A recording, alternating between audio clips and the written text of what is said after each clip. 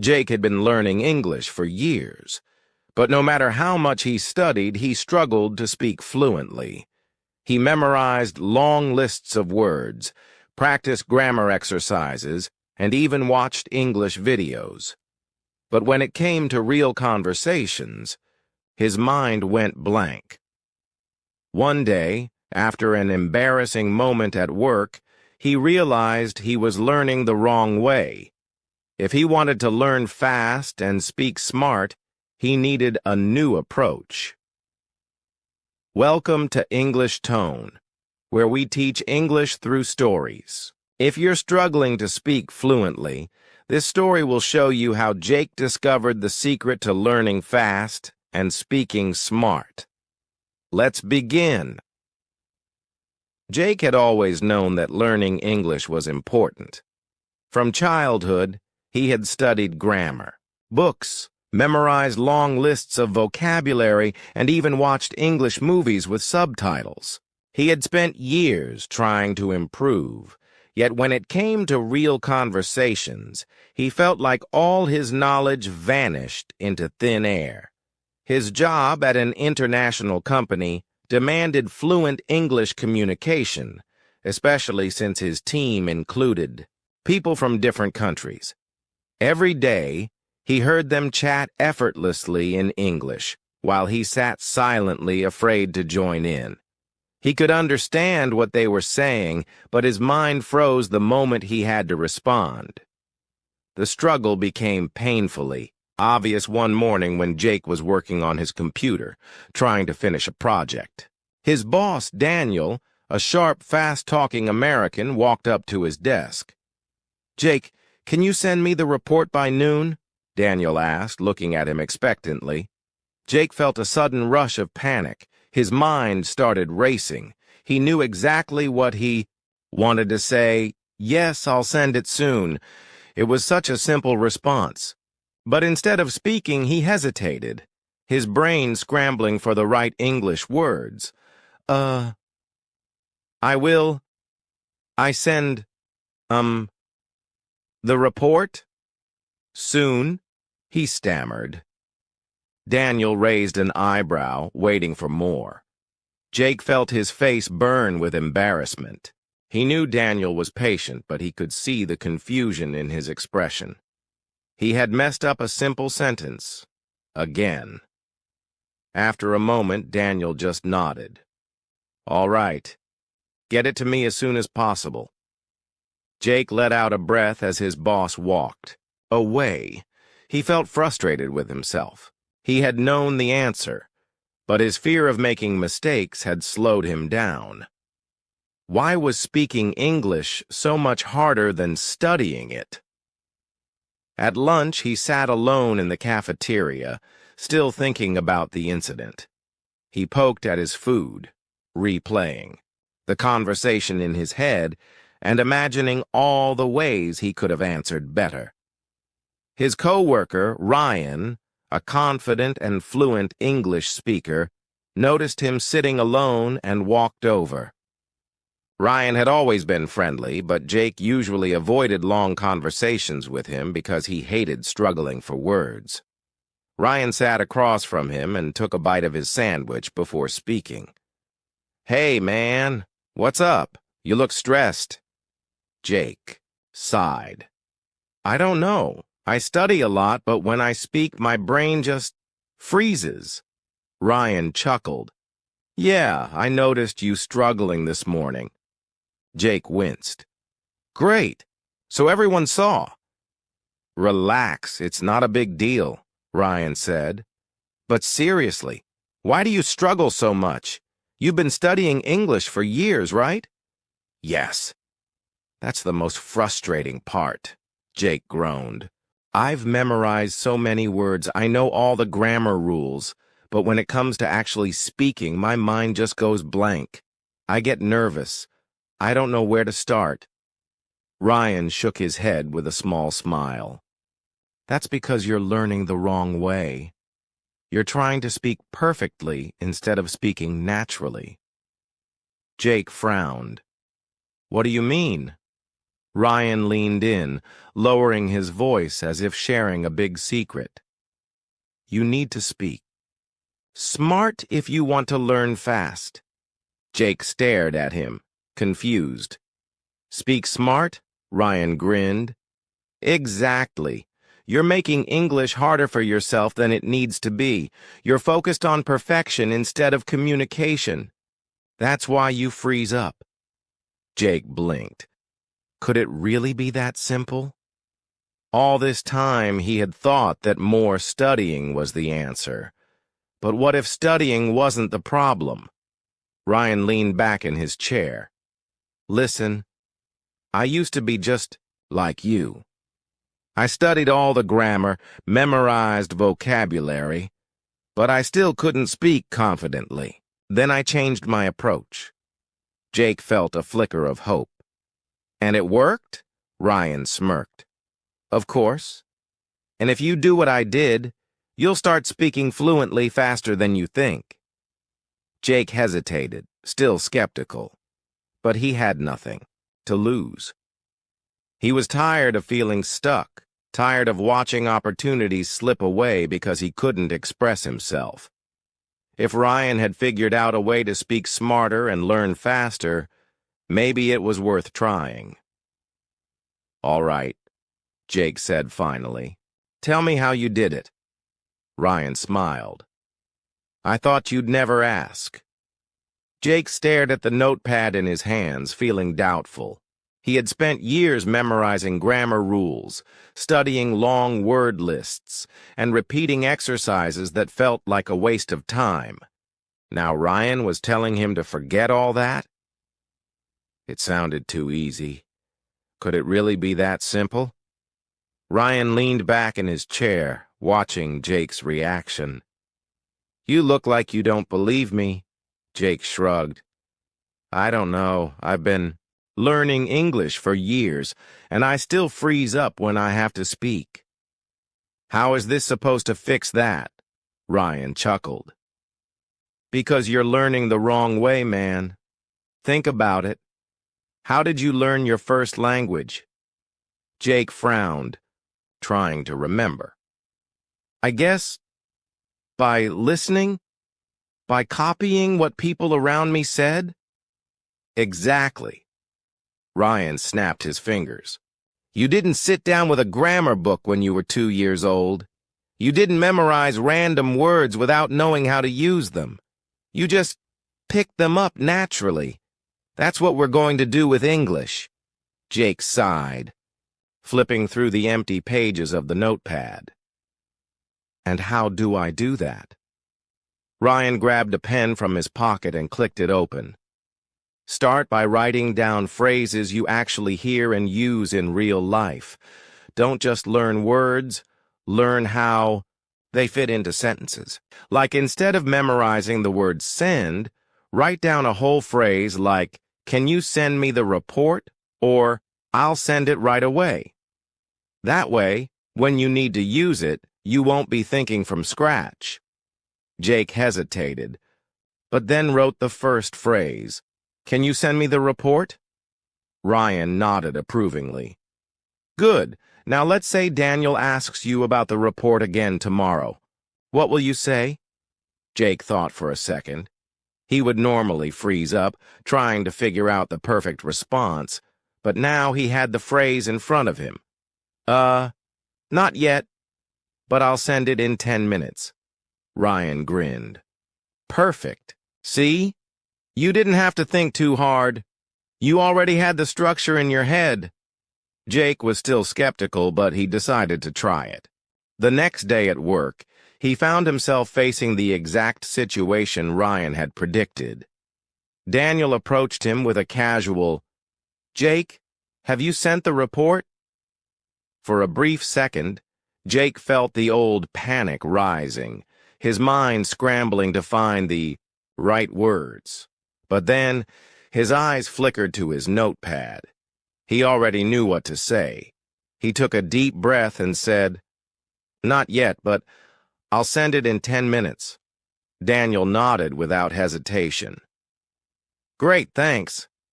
Jake blinked. That was It? No awkward pauses, no stumbling over his words. He had spoken naturally, without overthinking. He had just spoken English. For the rest of the day, that moment replayed in his mind. It was such a small thing, but it felt like a breakthrough. Maybe Ryan was right. Maybe he had been learning the wrong way all along. That evening, he met up with Ryan again. "Okay," Jake admitted. "I think you might be on to something." Ryan smirked. "Told you. Now let's take it a step further." Jake leaned in. "What's next?" Ryan held up 3 fingers. "3 rules. First, stop translating in your head. Second, repeat real-life phrases. Third, listen more than you speak." Jake frowned.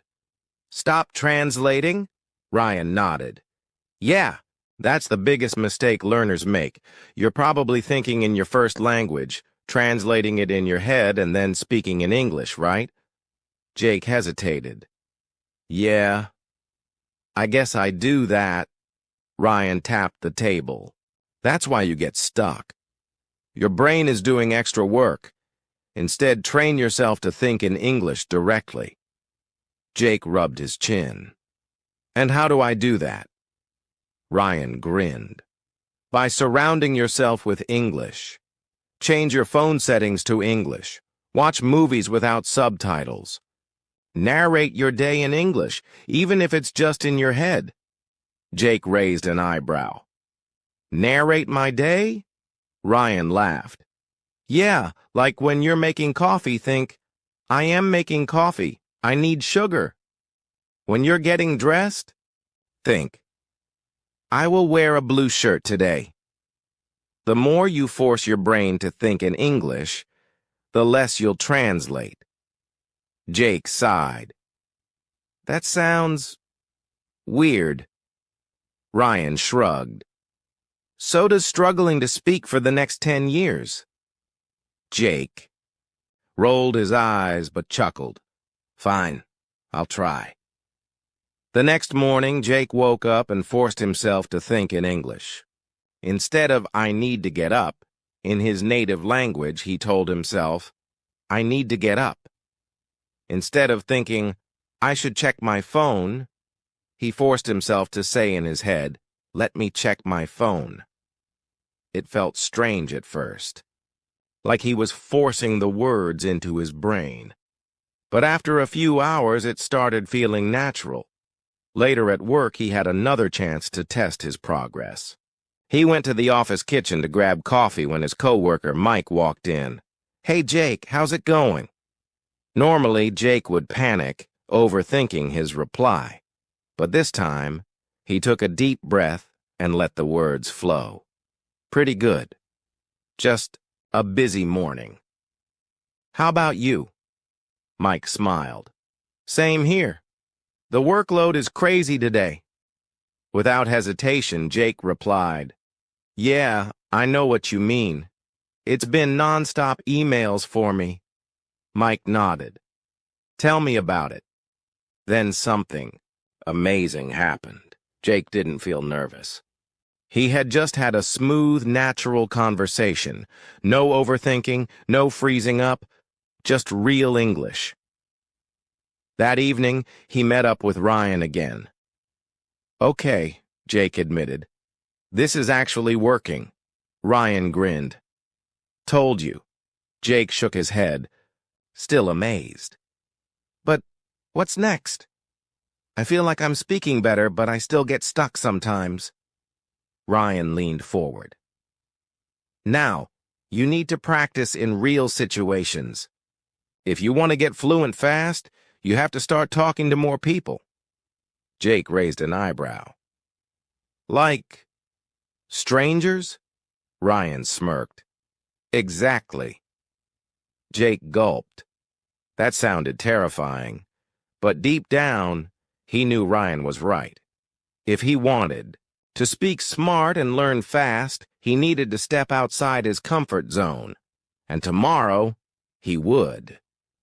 Jake felt a rush of excitement as he left the office that day. For the first time in a long while, he felt a small victory in his struggle with English. The simple act of responding quickly to Daniel had given him confidence. It wasn't perfect, but it was natural, and it was real. As he walked down the street, he thought about what Ryan had said earlier. Learning English shouldn't be about memorizing random words, but about using them in real situations. He realized that his past approach had been all wrong.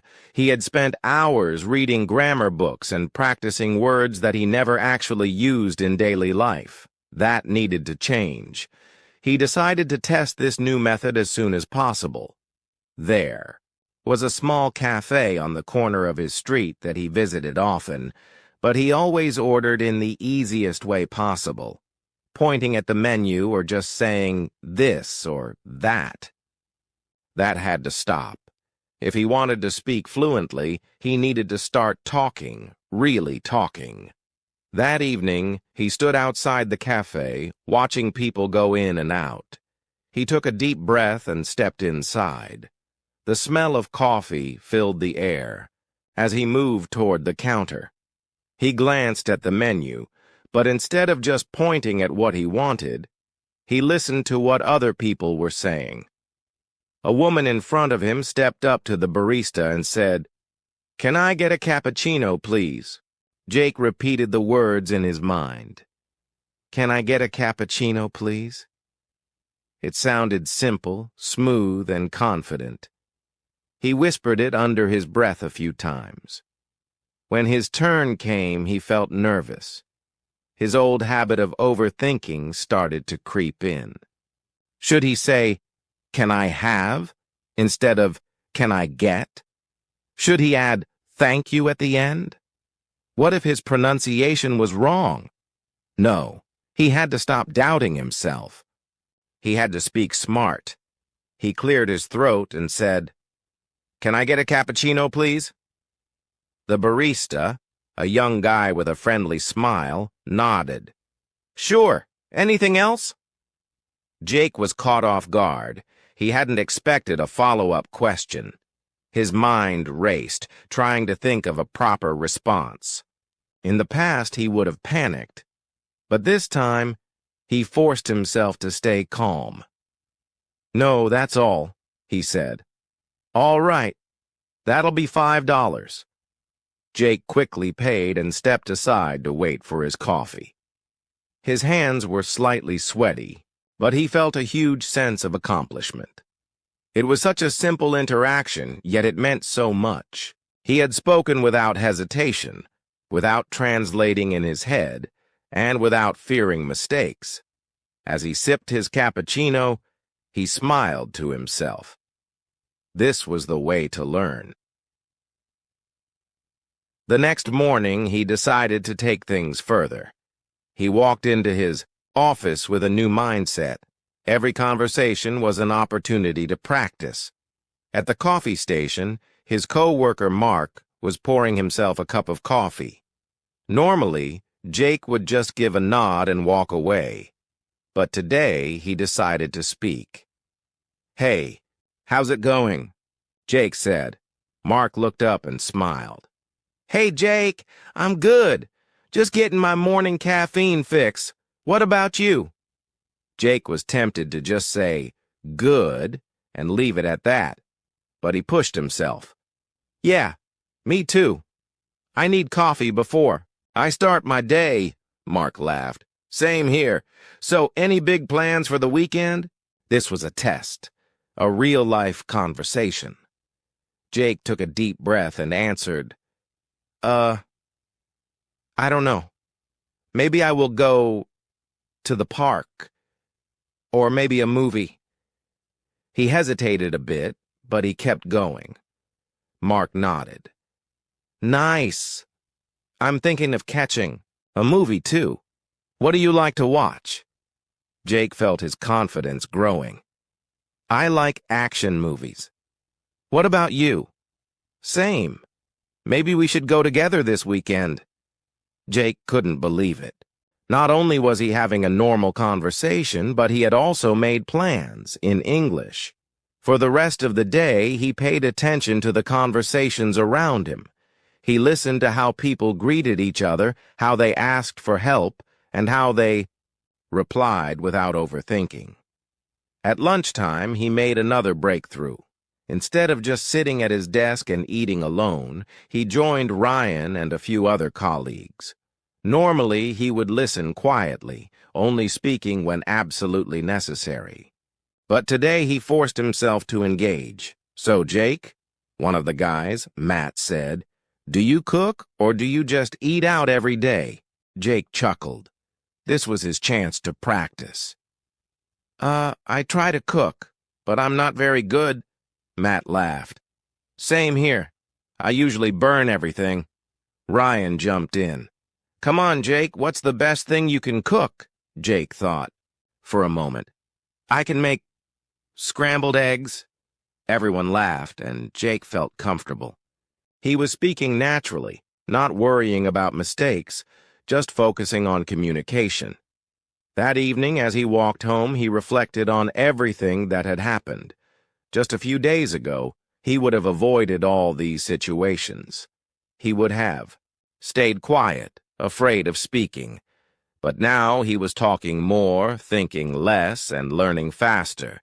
When he got home, he decided to take his practice even further. He picked up his phone, opened a language exchange app, and started a chat with a native English speaker. "Hey, I'm learning English and want to practice speaking. Can we have a short conversation?" A few minutes later, he got a reply. "Of course. Let's talk." Jake hesitated for a moment, but then he pressed the call button. It was time to push himself even more. As the call connected, he took a deep breath. "Hello," the voice on the other end said. Jake smiled. "Hi, how are you?" He was finally thinking in English, speaking smart, and learning fast. Ryan leaned back in his chair and watched Jake with a grin. "You know, Jake, I used to struggle with English too," he admitted. "I'd always translate everything in my head first. But that's the slow way to learn. If you really want to be fluent, you have to start thinking in English." Jake frowned. "But how do I do that? I've been speaking my language my whole life. English still feels unnatural." Ryan chuckled. "It's actually easier than you think. You just have to train your brain. Right now, you think in your language first, then translate, and then speak. That takes too long. Instead, force yourself to think directly in English. Even if it's hard at first, your brain will catch up." Jake was skeptical, but he trusted Ryan's advice. That evening, while walking home, he tried a little experiment. Normally, he would think, "I am going home now. I need to make dinner." But this time, he forced himself to say it directly in English. "I'm going home. I need to make dinner." It felt strange at first, almost unnatural. But he kept going. When he passed a cafe, instead of thinking, "That cafe smells nice," in his native language, he whispered to himself, "That cafe smells amazing." The next morning, he continued the exercise. When he woke up, instead of thinking, "I have to wake up early," he mumbled to himself, "I have to get up now." It was a small change, but it made a big difference. His brain was slowly rewiring itself. At work, he decided to push himself even further. Normally, he would wait for someone to speak to him in English, then panic about what to say. But today, he was going to start the conversation. When he saw Ryan in the break room, he took a deep breath and said, "Hey, how was your weekend?" Ryan looked up, surprised but pleased. "It was great. I went hiking." Jake hesitated for just a second, but instead of overthinking, he responded naturally, "That sounds fun. Where did you go?" Ryan's eyes lit up. "Oh, this beautiful place up in the mountains. The view was amazing. You should come next time." Jake nodded, feeling a rush of confidence. This was the first time he had held a conversation in English without stopping to think. It wasn't perfect, but it flowed. Over the next few days, he kept up his habit. Whenever he was alone, he practiced thinking in English. He would describe what he was doing. "I am making coffee. The sun is shining today. I need to finish this report by 3 p.m. At first it took effort, but soon it became automatic. He even started dreaming in English. One day, his boss Daniel called him into his office. "Jake, I need you to explain this report to the client tomorrow. It's important." A month ago, Jake would have panicked. His heart would have pounded, and he would have tried to translate sentences in his head before speaking. But today, something was different. His mind didn't freeze. He didn't overthink. He simply nodded and said, "Of course. I'll prepare everything and explain it clearly." Daniel smiled. "Great. I knew I could count on you." As Jake left the office, he felt something click inside him. He had spent weeks pushing himself to think in English, and now it was finally paying off. He wasn't just memorizing words. He was living in the language. Ryan noticed his change, too. "You're getting better, man," he said one evening. "What's your secret?" Jake grinned. "I stopped translating. I started thinking in English." Ryan clapped him on the back. "That's the way to do it. Now you just need to keep challenging yourself." Jake was ready. He had trained his mind to think in English, but now he wanted to go further. It was time to push his speaking skills even more. Weeks passed, and Jake felt like a completely different person. The nervousness he once had while speaking English was slowly fading. He no longer hesitated before forming sentences, nor did he fear making mistakes. Speaking in English started feeling natural, almost like a second instinct. It wasn't just about learning words anymore. It was about expressing himself confidently. At work, his colleagues noticed the difference. Daniel, his boss, had started assigning him more tasks that required communication in English. He wasn't just replying with short, rehearsed sentences anymore. He was engaging in full conversations, asking questions and giving opinions. One day, during a team meeting, someone asked for suggestions on improving a project. A month ago, Jake would have remained silent, afraid of saying something wrong. But now, without even thinking, he raised his hand and said, "I have an idea. What if we change the approach and focus more on customer feedback?" His teammates nodded in agreement. Daniel smiled. "That's a great point, Jake. Let's discuss that further." Jake felt a rush of excitement and confidence. He had never felt this way before, like he truly belonged, like his voice mattered. It was at that moment he realized that fluency wasn't just about perfect grammar or having a big vocabulary. It was about feeling comfortable enough to speak without fear. One morning, as Jake walked into the office, Daniel approached him with a stack of files. "Jake, can you present this project in English to the clients next week?" For a brief moment, the old Jake resurfaced. The thought of speaking in front of a group of people would have terrified him before, but instead of panicking, he took a deep breath and smiled. "Sure, I'll prepare a great presentation." That night, he reflected on how far he had come. He no longer translated words in his head or hesitated to speak. He had stopped worrying about being perfect and instead focused on being clear and confident. The presentation day arrived, Jake stood in front of the conference room filled with clients and colleagues. His heart pounded, but he reminded himself, I don't need to be perfect.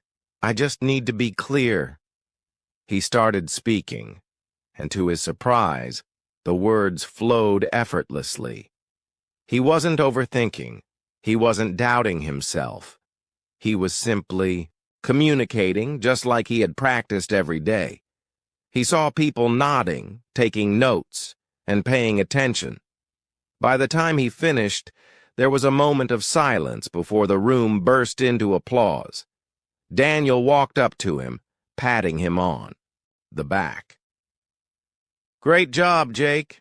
That was impressive. Ryan, standing at the back of the room, gave him a thumbs up. Told you. You don't need to be perfect to speak well. You just need to be smart. Jake laughed.